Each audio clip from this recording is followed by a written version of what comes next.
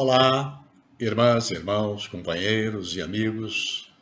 É um prazer estar com vocês aqui novamente, apesar da distância pela via virtual, mas aproximados pelo coração e em espírito, através dos bons fluidos que emanam de vocês e que nós também pretendemos emanar.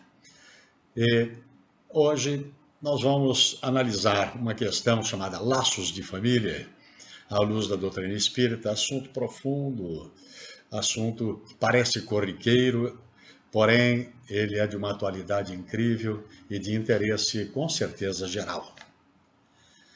Eu convido inicialmente a nós ouvirmos a pequena leitura que vamos fazer de um capítulo do livro Começar de Novo, de um psicólogo norte-americano lá da Califórnia, chamado Leonardo Felder.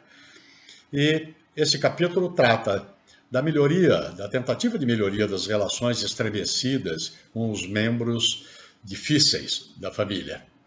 E ele abre com uma citação de uma outra psicóloga chamada Marilyn Ferguson, que ela disse, enquanto não vivemos em paz com aqueles que nos estão próximos, não conseguiremos lidar com grandes problemas como a paz mundial. Muito apropriado. Se não se tem paz no núcleo menor de desenvolvimento da humanidade, que é o lar, será difícil nós estabelecermos a paz mundial. E o Leonardo formula, na verdade, a seguinte questão. Se nós perguntarmos para a maioria das pessoas, para a grande parte das pessoas, se amam os parentes mais próximos, com certeza a resposta geral será sim, é claro. Aí diz ele, mas se nós mudarmos o teor da pergunta e perguntarmos, mas vocês gostam mesmo de cada um dos membros mais próximos da família? E ele diz, aí a coisa fica ruim. Por quê? Porque a gente tem que admitir na prática que sempre há uma rusga. Todas as pessoas têm lá um problema de contradição, um problema de relacionamento com os parentes mais próximos.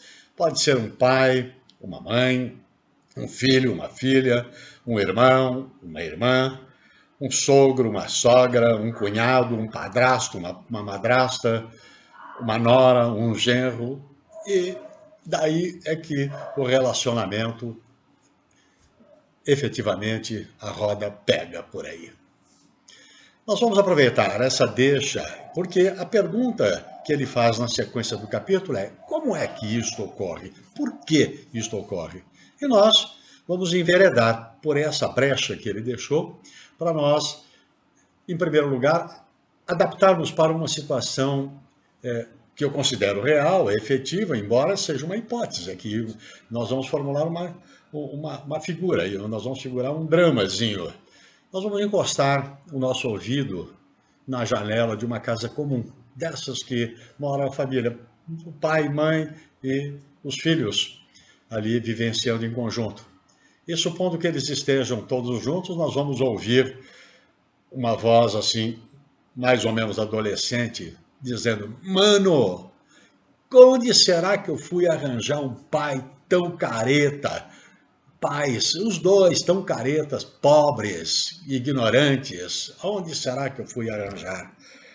E a gente ouvirá a voz ou feminina ou masculina de dizer, que será que eu fiz para ter filhos tão mal agradecidos, tão mal educados, tão problemáticos? E a outra voz, na continuidade, dirá o seguinte, a quem será que saiu esse inútil? Ele é tão diferente dos irmãos. E os jovens, uma voz jovem dirá o seguinte, não adianta reclamar de mim. Eu não pedi para nascer. Vejam só. Vocês vão ter que me engolir. E entre os cônjuges a gente ouve lá uma voz masculina. Como será que eu fui me casar com um traste desse? Uma escrava da vassoura, limpando aqui, limpa ali, não senta aqui, não joga ali, não fuma dentro de casa, não entra com os pés cheios de barro. E imediatamente o contraponto de uma voz feminina. Onde será que eu fui achar um beberrão como esse, que não sai do bar, se aposentou com 48 anos, precocemente, trabalhou bastante, mas se aposentou com 48 anos, jovem ainda, não sai do bar, não sai daquele dominó e volta aqui a altas horas, aí meio briaco. Essa é uma situação hipotética, mas eu pergunto a todos nós. A gente já não viu esse tipo de coisa? Será que a gente já até não participou de alguma coisa desse tipo aí? O que se percebe, queridos amigos, é que por essas posturas das criaturas, a impressão que dá é que as criaturas todas acham que as relações familiares se estabeleceram por acaso, nesta encarnação pura e simplesmente, que é uma obra do acaso. Muitos até entendem que Deus foi arbitrário, tendencioso para colocá-los aí frente a frente com criaturas desse tipo aí. E outros se colocam como vítimas eternas. Será que Deus me esqueceu? Fica me permitindo que eu me imiscua em assuntos tão graves assim, de um relacionamento tão complexo? Alguns vão até muito longe. Ah, esse desgosto todo é derivado, essa amargura é toda ela derivada lá atrás, lá do pecado original. Nossa Senhora, isso é buscar lá nas religiões da antiguidade a culpa por alguma coisa que você não cometeu e que alguém fez, na verdade. Uma alegoria, uma verdadeira alegoria. Mas se não é nada disso, se a situação não é essa, se a resposta, a indignação daquele Leonardo, ela ainda é latente e não tem resposta, então, como é que a gente vai equacionar essa história dessas desavenças no meio familiar e obter as respostas que as criaturas buscam tanto para estabelecer um critério de avaliação para esse vivenciamento familiar? O Espiritismo, gente, não é mística, nem dogmática, e muito menos é uma ciência de adivinhação. Ele manda, ele nos orienta a raciocinar, para observar, exatamente para poder analisar as consequências, explicar as consequências. Se nós conhecermos as causas, fica mais fácil de nós detectarmos as consequências. Ele ajuda, o Espiritismo ajuda na compreensão e ou na solução que depende da compreensão das criaturas do problema. Daí é que não se pode falar em acaso, porque acaso quer dizer sem causa. É não causa, vem de causa. Então é sem causa. E tem um princípio geral que é filosófico e é também científico e, portanto, é espírita também. Não há efeito sem causa. Não há. Portanto, o acaso, como dizem os espíritos, ele não existe, porque a todo efeito corresponde uma causa efetivamente. Nós ouvimos muito de os doutrinadores e até mesmo da espiritualidade que a família é um instituto de origem divina e que ela existe exatamente para propiciar o burilamento das criaturas. Vamos ver como é que ela, então, como é que isso ocorre? Gente, a família, vamos usar da racionalidade, a família é composta de indivíduos. Cada espírito é uma individualidade que ocupa um corpo físico transitório, mas ele é uma criatura imortal. E ele é criado pelo Criador, pela causa primária de todas as coisas, para evoluir para todo sempre. Os pais não criam o espírito dos filhos, eles criam através, na verdade, da lei de reprodução e de evolução, eles fazem gerar o corpo fisiológico que ele vai ocupar para propiciar a evolução. E eles evoluem, nós, espíritos, evoluímos através de experiências multimilenárias, chamadas de reencarnações, que são vidas sucessivas de aperfeiçoamento para que a gente vá ao mesmo tempo vivenciando expiações, que são problemas de causas do passado, e provas, que querem dizer livre associação de situações para o futuro. E a critério de cada um e de acordo com o estágio de desenvolvimento de cada um. Na verdade, a vida então propicia, cada existência, cada reencarnação propicia que sejam juntados, que sejam unidas, criaturas afins. Que tipo de afinidade? As afinidades relativamente derivadas dos afetos, dos desafetos, dos amigos e dos inimigos. Ou seja, em função das tendências, dos caracteres, dos interesses e dos objetivos de cada um.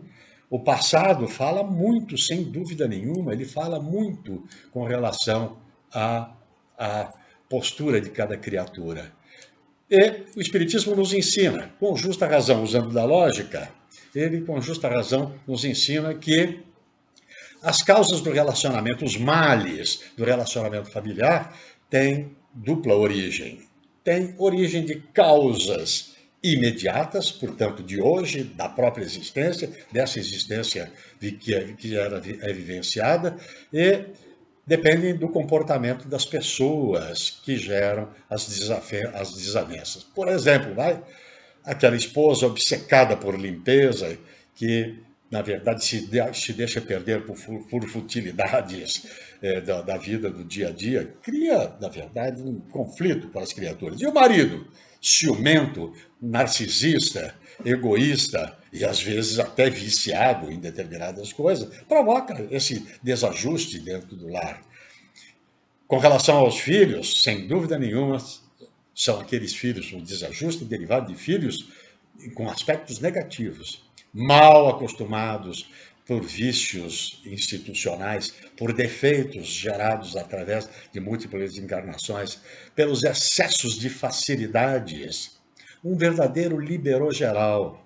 Não é isso que está ocorrendo numa grande parcela da humanidade?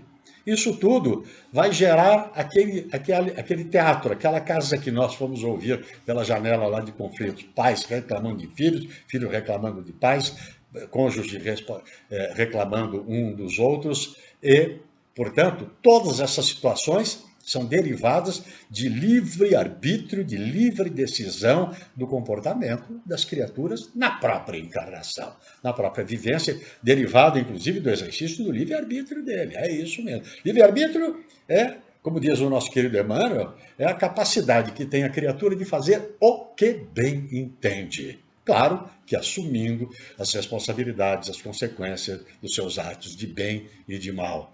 Então, as criaturas, ao usar o livre-arbítrio, cometem essas barbaridades todas e gera, então, as desarmonias familiares derivadas de causas atuais, de causas momentâneas, causas de hoje, causas chamadas pelos espíritos de imediatas. Mas existem outras causas, às vezes inexplicáveis, como, por exemplo, o que o nosso Leonardo falou lá. As criaturas às vezes nem se conhecem, mas já não gostam uma das outras. Já tem um senso lá de conflito, até visual, mesmo sem saber quem é a outra pessoa. Ou se sabe, gera esse conflito todo. Isso são males de antes, são causas consideradas pelos espíritos como remotas, ou seja, são de encarnações anteriores. Lá no livro Nosso Lar, o nosso querido André Luiz, lá no finalzinho, ele fala, mas ele usa uma expressão, sem a gente precisar contar o capítulo dele, ele usa uma expressão dizendo o seguinte: essas atitudes da criatura são derivadas do mundo das causas. Olha que frase incrível que ele usou, efetivamente. É a relação de causa e de efeito. O efeito são esses males de desentendimento, de discórdia estabelecido no lar.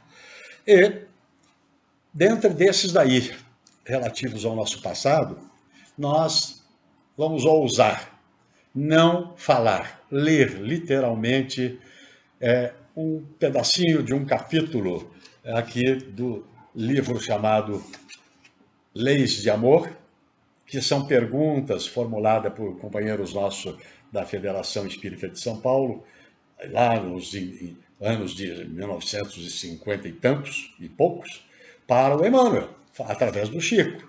E as perguntas foram formuladas e nós vamos ver juntos aqui, por exemplo. Vejam esta pergunta. O que foram, em vidas anteriores, os pais despóticos? Sabe quem é o pai despótico? Você está pensando que vai aonde? Você vai ter que estudar, você vai ter que fazer, vai ter que ser engenheiro, médico, arquiteto, advogado e tal, não respeitando nada, nem o interesse, nem o que é que as criaturas estão querendo ser. O que foram, em vidas anteriores, os pais despóticos? Olha o Emmanuel o que responde. Em primeiro lugar, uma advertência.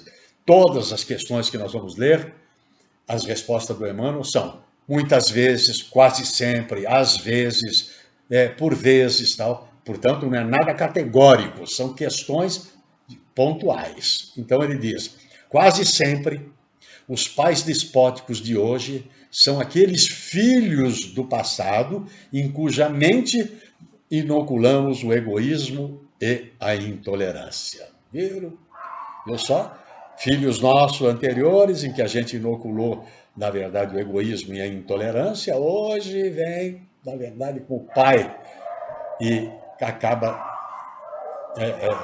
destilando aquela temática de vida anterior, aquela problemática de vida anterior. Outra pergunta, e o filho rebelde? O filho rebelde e vicioso é o irmão que arrojamos um dia à intemperança e à delinquência.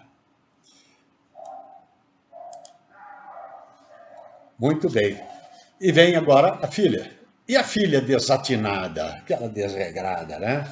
A filha detida nos desregramentos do coração é a jovem que, num outro tempo, possivelmente induzimos ao desequilíbrio e à crueldade. Tratamos super mal, isso fica marcado e para as outras encarnações vão se refletir. E aí sobra para o marido. A pergunta, e o marido desleal? O marido ingrato e desleal, em muitas circunstâncias, é o mesmo esposo do pretérito que precipitamos na deserção, ou seja, abandonamos com os próprios exemplos menos felizes. Ou seja, nós traímos essa criatura e, de repente, ele vem para a encarnação como nosso marido, e aí é a mulher falando, na verdade, como um marido, e aí o marido desleal. E aí vem para a esposa também. E a esposa desorientada? A companheira desorientada, que nos amarga o sentimento, é a mulher que menosprezamos em outra época, obrigando-a, muitas vezes, a resvalar no poço da loucura. Aliás, eu gostaria de lembrar que no livro Vida e Sexo, do nosso querido Emmanuel, lá existe, inclusive, uma análise, quando perguntam para o Emmanuel, ou levantam a questão, levantam no dia a dia para o Emmanuel e ele analisa relativamente a se deve ser incentivada a separação. Lá fala-se o divórcio, mas a separação de uma maneira geral, né? E ele diz o seguinte, a separação acaba sendo uma dádiva, uma solução, uma porta de saída, quando? Para evitar o homicídio, o suicídio e a loucura, que foi o que acabou sendo falado aqui na orientação da esposa desorientada. Então, gente, meus queridos irmãos, aí é que a gente volta a falar o seguinte, então, não existe acaso, a causa está lá para trás, na verdade, não é isso? Muito lá para trás mesmo. Então, vamos voltar a dizer, se são reunidos os afins, juntados os afins, é por isso que ele é de ordem divina, porque ele consegue fazer com que criaturas individuais, são espíritos em evolução, e que conseguem ir cada um espiando o seu passado e assumindo provas para a sua existência. E, portanto, afetos e desafetos, amigos e inimigos acabam se reunindo.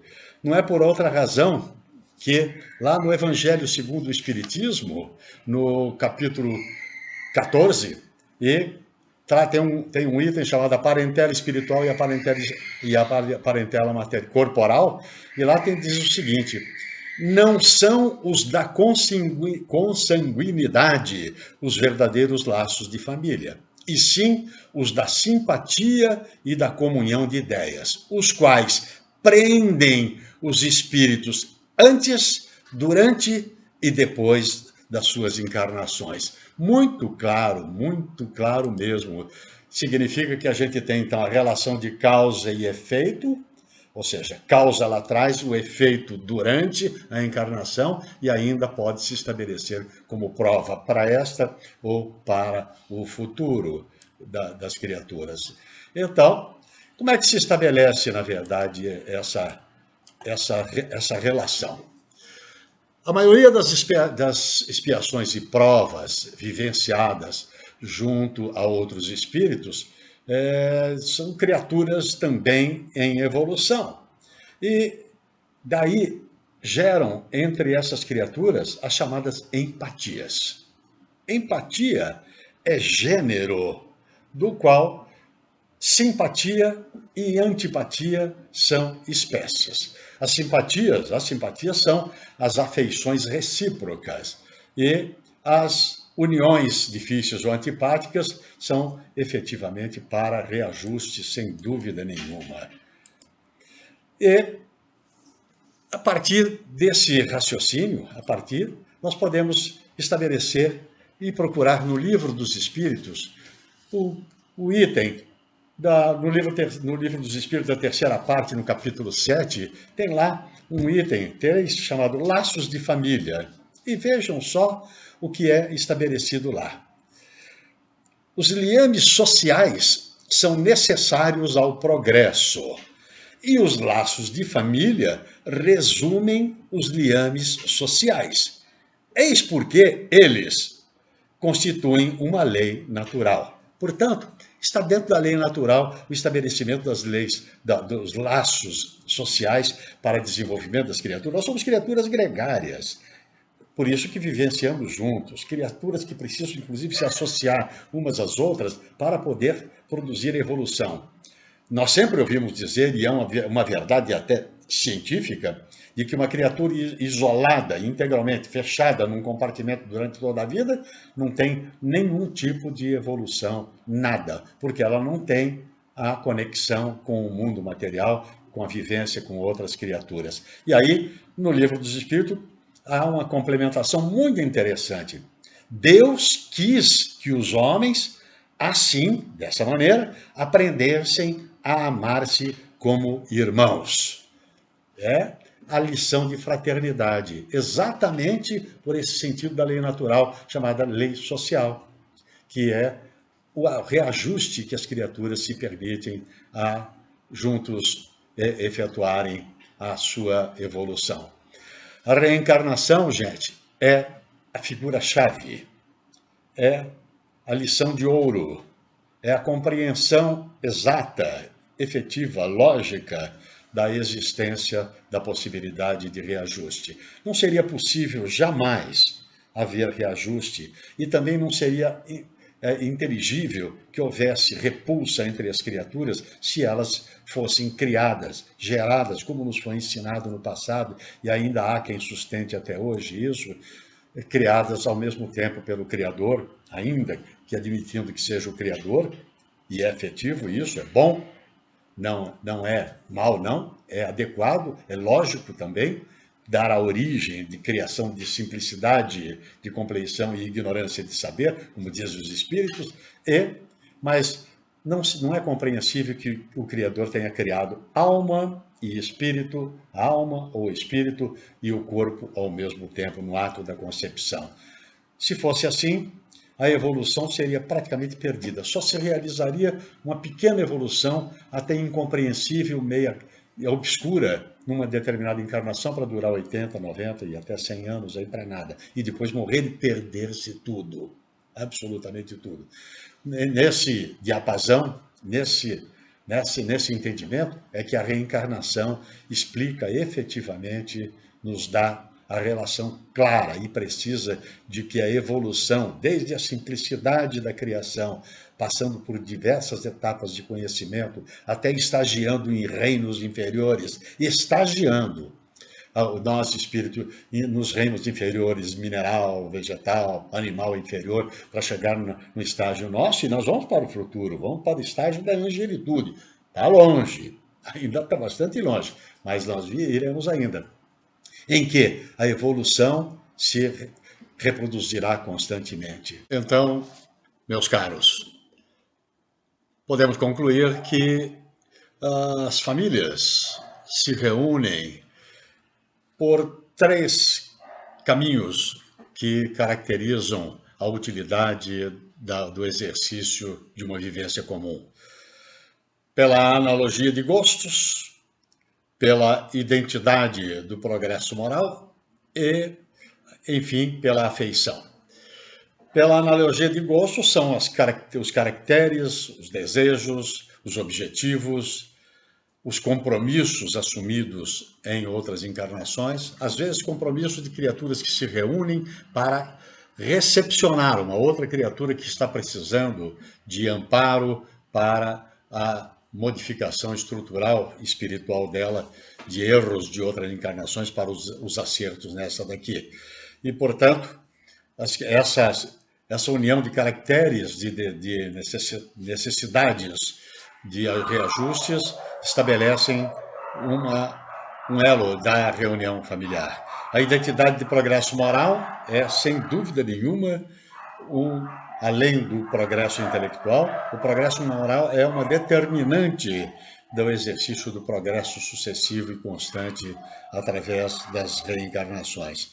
Não foi por outra razão que os espíritos adotaram como paradigma do progresso moral, do progresso ético, os ensinamentos de Jesus. Quando Kardec perguntou qual era o espírito da mais alta elevação moral e espiritual que veio ao nosso convívio, ao nosso planeta, a resposta foi Jesus, ponto. É isso aí. Então, o progresso moral é o objetivo, é a bandeira a ser perseguida pelas encarnações para a evolução. E a família é um dos institutos que propicia essa reunião nesse sentido. E a afeição é simplesmente o amor. O amor não é uma metáfora, não é uma simbologia, não é um sonho, uma divagação. O amor é efetivamente a liberação do interesse em se associar às outras criaturas por sentimento fraterno de envolvimento. Isso se dá através da burilação do pensamento na mente do ser espiritual, que emite fluidos que são matéria, na verdade. O pensamento é uma matéria altamente essenciada que provoca um campo de força que envolve as criaturas objeto da nossa emissão do senso de amor, de fraternidade, de carinho pelas outras criaturas.